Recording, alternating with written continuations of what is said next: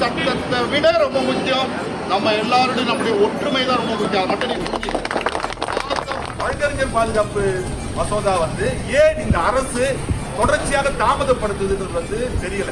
இந்த அரசு பாதிக்கப்பட்ட வழக்கறிஞர் ஓசூர் கண்ணன் அவர் சைடு நிற்காம அவரை கேரக்டர் அசாசினேஷன் பண்ணக்கூடிய எல்லா அயோக்கியர்களும் சற்று சிந்தித்து பார்க்க வேண்டும். வழக்கறிஞர் ஒரு பிரச்சனை அப்படின்னா உங்களுக்குள்ள 1000 முரண்பாடுகள் இருந்தாலும் ஒரு பிரச்சனைனா அங்க நிக்கணும். நைட் 2 மணியா நிக்கணும்.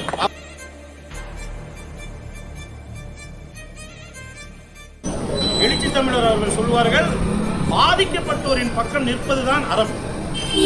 எந்த சைடு பாதிக்கப்பட்டிருக்கோ அவங்க சைடு தான் நம்ம நிற்கணும்.